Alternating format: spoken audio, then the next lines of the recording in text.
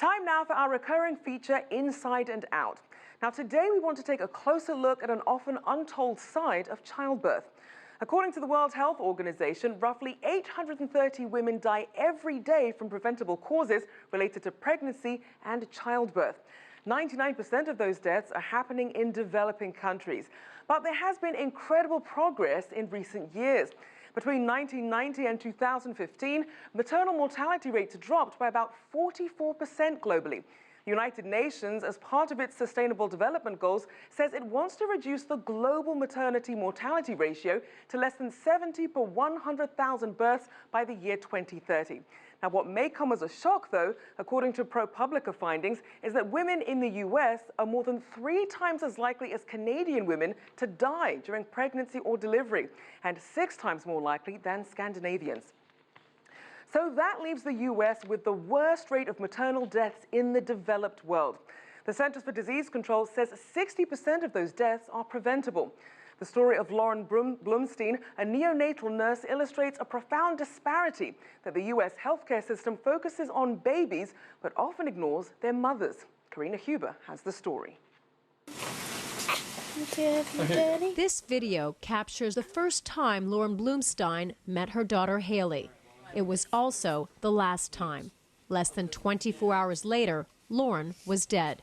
This is the night before. Larry Blumstein, an orthopedic surgeon, met Lauren in 2004 when he was in his residency. They later married, and by 2011, Lauren was expecting. This is really where she wanted to go with life, and happiest she'd ever been, and I could tell that it was all she thought about. She just couldn't wait to meet Haley. And that's Haley. Larry was more likely to spot a problem than husbands who aren't doctors. He says her pregnancy was routine. She said she was tired at times. She actually really didn't act it. She seemed pretty active the whole time she was working. There were no other medical issues, and she, besides knowing she was pregnant, she had a little bump in the front. Other than that, she really didn't look all that pregnant the whole time. She was skinny with a little bump.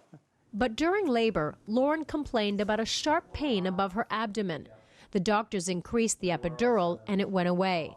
90 minutes after delivering her baby, her blood pressure skyrocketed. This pain progressively got worse and worse to completely intolerable. The doctors gave her morphine, but then Lauren complained her head hurt. And then I was looking at her and I realized that half of her face, if she smiled, wasn't moving. And then she was paralyzed on half of her body. And they called the doctor back in and the nurse, and they called a code stroke, and she looked at me and said, "I love you." And that was it. That's the last thing she ever said. Lauren had severe preeclampsia, a condition triggered by pregnancy that is responsible for roughly 7% of maternal deaths in the United States. She died in this building, the Monmouth Medical Center in New Jersey, surrounded by colleagues. It's where she worked as a nurse in its neonatal intensive care unit. All reasons why Lauren's death should have been shocking.